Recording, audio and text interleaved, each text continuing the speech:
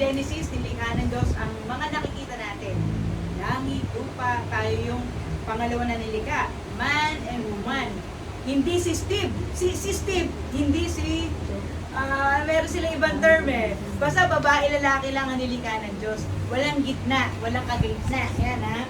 Tapos, ano ba yung binili ng Panginoon sa nung nilikha niya yung tao? Di ba? Meron siyang kabilin-bilinan, di ba?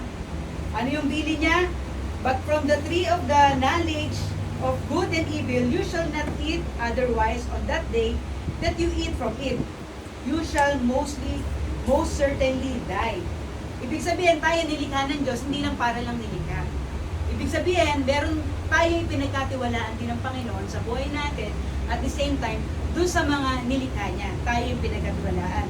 Kung papansin ninyo, nilikha ng Diyos tayong lahat, nung una, yung wala pang kasalanan, everything is perfect. Lahat, sa isang salita ng Diyos, nalikha sa ating lahat. At ang tao, nilikha sa alabok, ininga niya. We are created in His image. At the same time, nung nilikha ng Diyos ang tao, maging ang hayop, alam nyo ba na vegetarian ang tao, maging yung hayop? Yun talaga yung nilikha ng Diyos. Tayo kumbaga sa kaya mayroong mga tinatawag na mga Daniel's Pass, gano'n. Nilikha talaga tayo na pinili ng Diyos yung mga nilikha yung mga halaman, mga bunga ng puno, yun ang ating kakainin. Maging yung mga hayop, yun din ang kinakain, vegetarian. Maging yung mga isda, meron din nilikhang pagkain ng Diyos dun sa ilalim ng dagat, nakakainin nila. Paano nagkaroon ng kumakain ng kinakain yung bawat isa? Ba't nagkaganon? Kasi yun na yung pangatlo. Una, the creation. Sumunod, the creation of man and woman. Pangatlo, the fall of man. Yung nagbili ng Panginoon na huwag niyong kakainin to, binilin. Pero ano ginawa ng tao? Nag-disobey.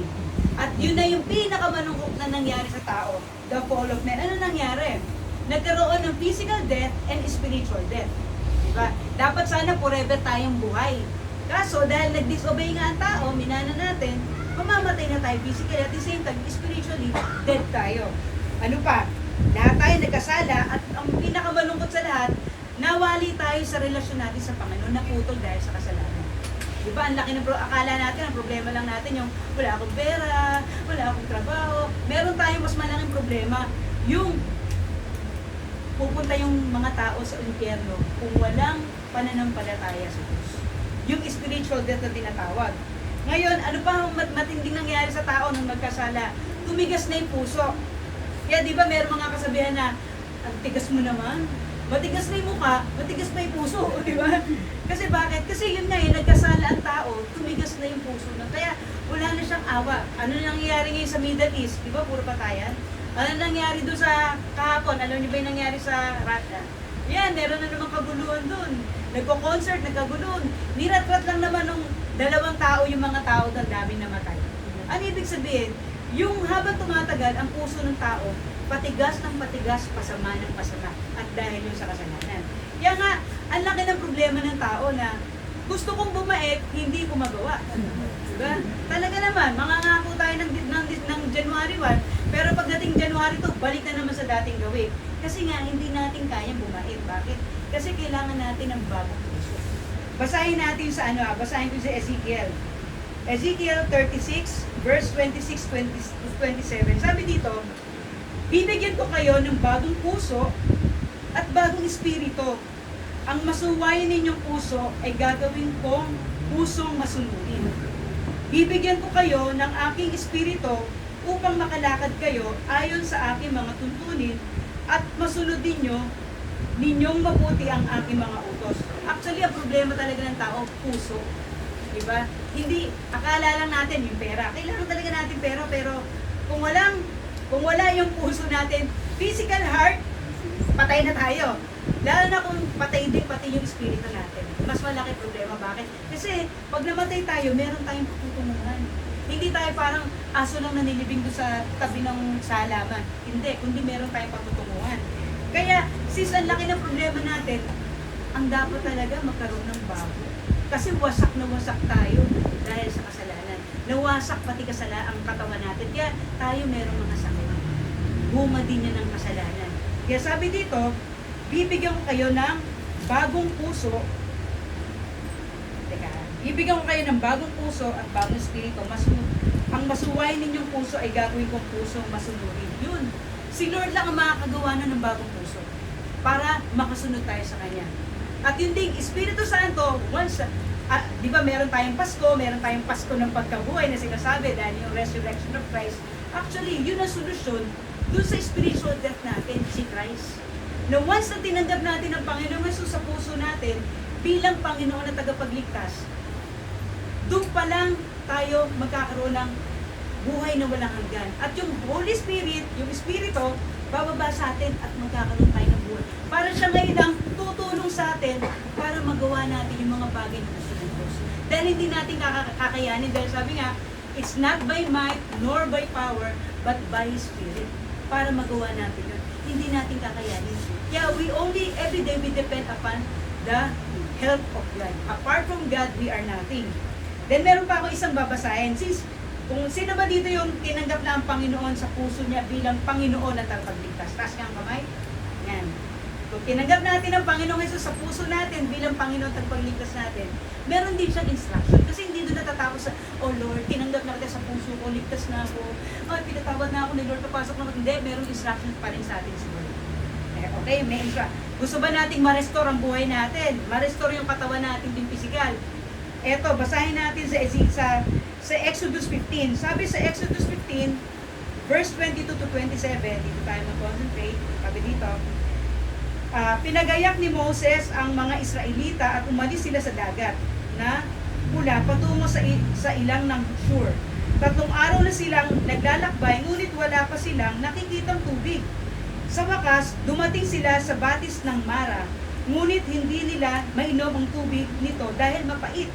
Kaya tinawag nila itong batis ng mapait. Nagreklamo kay Moises sa mga Israelita, ano ngayon ang iniinom namin?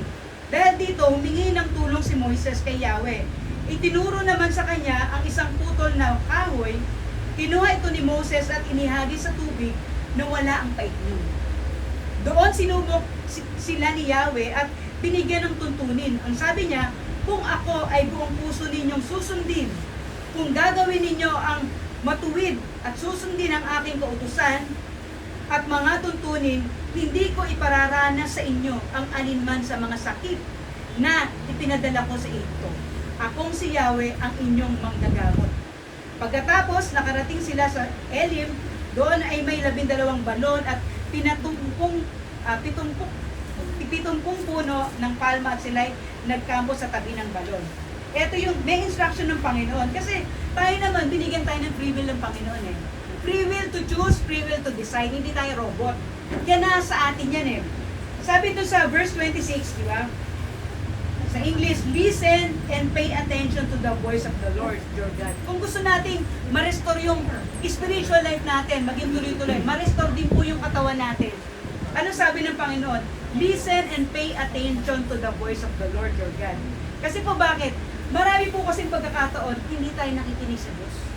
Sa totoo lang, ang tigas ang ulo natin, hindi rin tayo nakikinig sa mga, di ba, sa military, pay attention!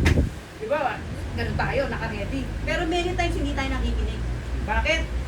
Dahil ang dami na binibigay ng warning sa atin ng Panginoon. Ano example ng mga warning niya na hindi natin kadalasan pinakikinggan? Example, tumaas na BP ko.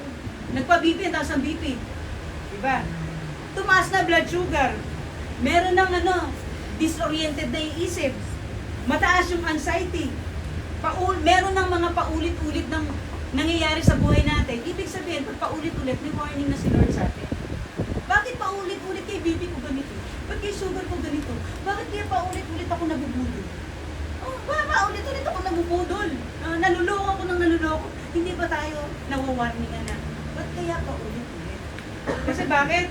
Babalik tayo dun sa verse 26. Ano yung isang command ng Panginoon? Do what is right in His sight. Kasi bakit paulit-ulit? Kasi many times we do what is wrong in His sight. Kung ano yung mali, paulit-ulit na, pero paulit-ulit din natin ginagawa yung mali. Ano yung example doon? Mataas na yung sugar, kumakain pa rin mataas.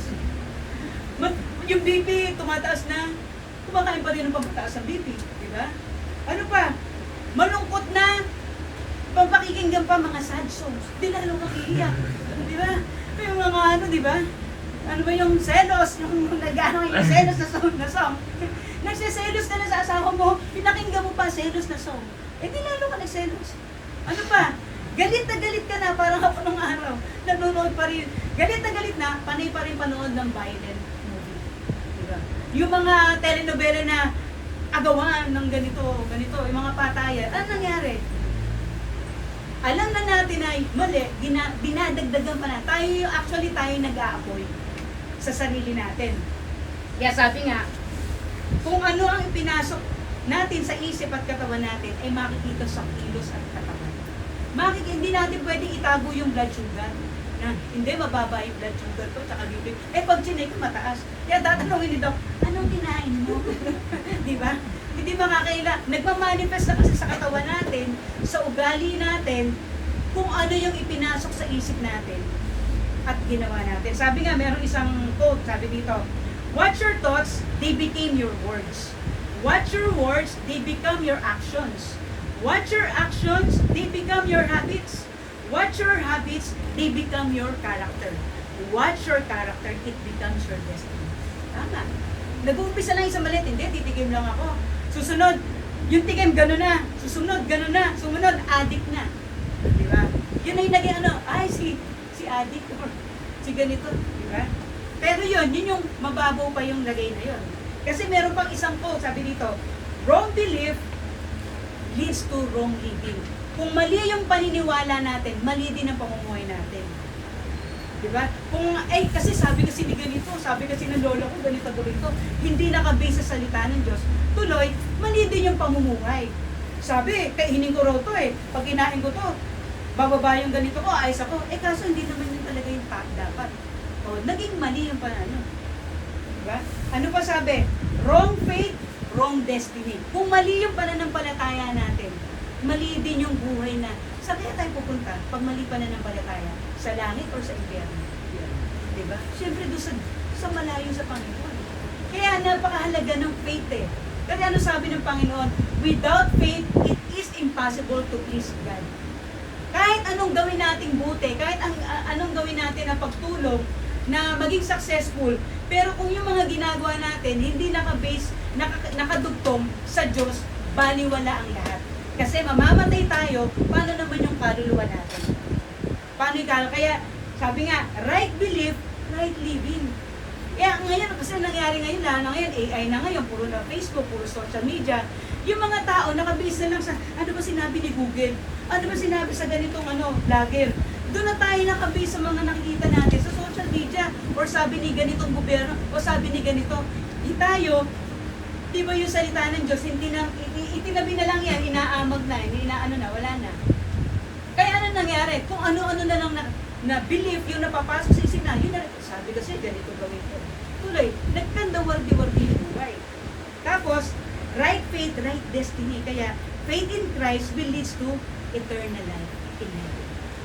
Yeah. I-check natin lagi everyday na, yung, Lord, nasa ba yung faith ko? Ang faith ko ba nandito lang sa tao? Ang faith ko ba nakedok? Ang faith ko ba nandito dito sa gobyerno? Ang faith ko ba nasa ganito? Hindi. Doon tayo sa sino yung source ng lahat. At ang source ng healing, source ng lahat, si Lord lang. Ginagamit lang si Doc, ginagamit yung mga iniinom natin ang lahat. Kasi God created everything good Ginagamit sila para din sa ikabubuti natin. Pero ang kaya nga, di ba, dito, kung pupunta kayo, pinagpipray, nakalagay dito, Christ is the head of this clinic, the unseen doctor to every patient, the silent listener to every conversation. Kasi siya talaga yung itinataas. Sa kailangan mag-focus yung tao. Paano kung wala na si Doc? Paano kung wala na? Nagkagerang bigla na wala na lahat. Naku, paano yung supplement ko? Wala na ako mabibili supplement. Ay, wala nang delivery ng ganito. Paano na? Doon kasi tayo nakakunik sa mga bagay sa mga tao at hindi sa Diyos. Kung sakali man, dami nangyayari yan, di natin alam kung biglang mag-gera, di ba? Paano na? Ang hindi lang mawawala sa ating Diyos lang. Mawawala ng lahat, pero ang Diyos hindi mawawala yung salita niya. Kaya doon tayo laging kumunik. Kung sino yung pinaka-source, kung sino yung creator natin, doon tayo kumunik lagi. Kasi pag nawala yung connection natin sa Panginoon, doon na magiging magulo at wala na yung buhay natin, magtutuloy-tuloy. Tapos, sabi nga, be imitators of Christ. Ang ini-imitate natin si Lord. Kasi yung mga tao, nagpe-fail din yan. Pero si God, hindi nagpe-fail. Kaya doon na tayo siya na-imitate natin. By the grace of God. Tapos ano pa yung pangatlo? Keep all His precepts and statutes. Sa verse 26 na Exodus 15. Paano yun? Your thoughts and actively obey God. Kung ano yung nasa isip natin, binigay sa atin ng Panginoon, sundin natin. For example, si Doc nagbigay ng prescription. Ito gawin mo, ito gawin mo, ito gawin mo. Nanatiling papel siya dahil pagdating ng bahay, iba na yung ginawa. Tuloy-tuloy. Ay, bumaba yung sugar ko isang beses. Pero, let's celebrate. Oh, bumaba yung sugar, naging normal. Let's celebrate. Bumili ng coke, bumili ng pizza, bumili ng ice cream, nag-celebrate. Ano nangyari? Ayun, tumaas na naman yung sugar. Tumaas na naman ang BP. Ano ibig sabihin? Manatili lang tayo sa Panginoon. Hindi porke, katulad itong binasa natin, ano? Yung mga Israelita, naranasan nila yung himala. Tumawid sila dun sa ano. Isipin mo yung dagat, binukan ng Diyos, nakatawid sila. Di ba yung malayo? Ligtas sila. Di ba? Pagkatawid, naranasan yung himala, nag-complain. Di ba? Complain. Ano ba naman walang tubig? Ang pait ng tubig. Complain sila kay Moses. Ano ginawa ni Moses? Lord, hindi ng tulong sa tinuro, ito yung kaway, lagay mo sa tubig. Tumamis. Ano ibig sabihin? Tayo talagang dali natin mag-complain. Diba? Pero balik lang tayo uli sa Panginoon. Balik, sabi nga, sickness does not, God said, I will not put on you any of the disease. Sa verse 26 kanina. Sickness does not come from God because God created everything good from the very beginning. Sin is the cause of sickness and death. Man rebelled against God. Yun ang pinagmumulan ng sakit natin actually. Minsan, ba't ba ako nagkasakit? Ano ba ako? Papakabait naman ako. Hindi natin alam. Naiipon kasi yung mga ginawa natin mga kabalbalan nung bata-bata pa tayo. Ano na, kung sa ano, harvest time. Ay, ito na, nararamdaman na natin yung mga kabalbalan natin. Kaya tayo nagkasakit. Naalala nyo rin ba yung story ni Job? Si Job, meron siyang fear of the Lord, meron siyang relationship sa Lord. Ang bottom line kasi dito, yung faith natin laging tinitest. Si Job, sa Old Testament, si Job, tinas siya. Ito tandaan natin na, ang Diablo, pag may magandang mangyayari sa buhay natin, o may magandang nangyayari sa buhay natin, gagawa siya ng paraan para mawala tayo sa focus sa Panginoon. Gagawa. Yung story ni Job, ay, lumapit si Satan. Kaya ka naman pino-worship niya kasi binibless mo. Tanggalin mo yung mga bagay na binigay mo. Sabi ng Panginoon kay Satan, sige, huwag mo lang siyang gagalawin. Ibig sabihin, ultimo yung Diablo, nagpapaalam sa Diyos. Pwede ba? Sige, huwag mo lang siyang gagalawin. Diba? Ano nangyari kay Job, diba? Nawala yung kabuhayan niya, pati mga pamilya niya, lahat nawala. Nagkasakit pa siya. Pero ano sabi niya? He gives and takes away, blessed be the name of the Lord. Pag dumating yung time na wala na akong pambili ng supplement ko, wala na akong pampacheck up, huwag ka lang mawawala sa Diyos. Kasi ang Diyos ay kaya. Bakit? Kahit wala, ano nangyari kay Job? Hindi siya nawala sa pananampalataya niya, sa tiwala niya. Kasi yung confidence niya nakigat. Ano nangyari? Ni-restore pa rin ng Panginoon yung lahat ang nawala sa kanya. Na-restore yung kabuhayan niya, yung pamilya niya. Gumaling siya, lumakas siya. Mas triple pa. Bakit? Ang issue dito, hindi yung, si Lord naman, pwede naman tayong pagalingin ng isang salita lang. Sige, magaling, pwede naman eh. Bakit hindi tayo gumaling-galing agad? Kasi may mga issues tayo sa buhay natin. Ano kaya yung mga issues na yun, di ba? Kaya yun ang tanongin natin sa, ano kaya, ba't di ba ako gumaling-galing?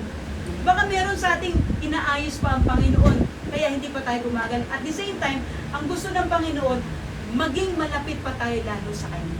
Yung relationship lagi, kasi etong katawan na to, syempre, kailangan nating alagaan. Kasi stewardship yun eh. Kasi our body is a temple of the Holy Spirit eh. Kailangan nating alagaan. Ngayon, kung meron pa tayong mga iniinda, may dahilan ng Diyos dyan, hindi pwedeng walang dahilan. At Lord, ano ba yung purpose mo? Ba't di pa ako umu-okay? Kasi ang importante sa Panginoon, yung relationship natin sa Kanya lagi. Yung faith natin sa Kanya. Kaya sabi nga, kung halimbawa, tayo ay laging nakakonect sa Diyos, na kay Kristo, manatili sa salita niya, i-restore niya tayo unti-unti hanggang huli. Kasi alam mo, habang nandito pa tayo sa mundong ito, tuloy-tuloy ang restoration sa atin ng Panginoon. Physically and spiritually. Kaya tayo, huwag tayong mawawala sa Panginoon. Kasi yan ang pinakamahalaga sa lahat. Hindi natin alam, salamat, umabot pa tayo ng April ng March.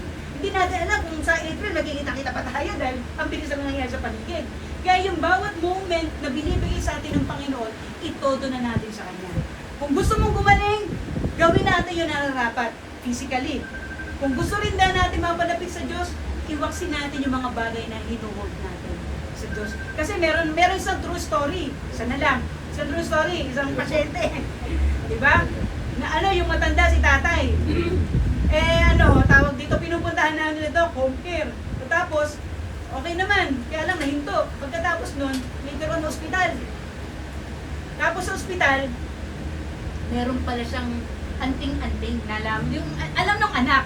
Pero meron siyang anting-anting. Ibig sabihin, di ba si anting-anting?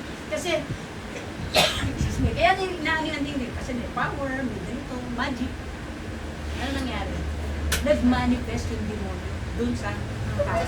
Nag-manifest. Nung nakikita nyo sa movie, ganun yung manifestation. Pero yung anak niya, Christian. Sabi niya, talagang nag-pray siya, nag-pray. Later on, yung demonyo umalis. At yung tatay niya, bumalik na sa dati.